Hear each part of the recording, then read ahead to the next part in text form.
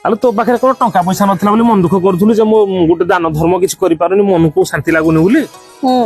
अरे मागणा रे तू सबुडु महत दान गुटे करूनु टंका पैसा किछ दरकार होनी कोन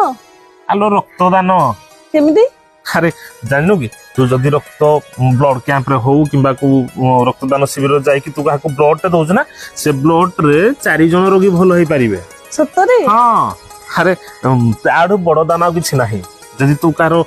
जीवन को बंचई पारुछु ताठू आ दान कोन अछि हेला हम कोठी की जाई कि केमिति रक्त दबा कहले आलो हम जो ब्राह्मणी बिली गां जानिनु कुशला पाखरे म कुशला को लागि कि अछि ब्राह्मणी बिली गां रे गणेश पूजा उपलक्षे गुटे बड्डो स्वेच्छाकृत रक्तदान शिविर सेहि दिन करा होछ गणेश पूजा दिन माने 27/8/2025 बुधवार दिन मां डाकेश्वरी मंदिर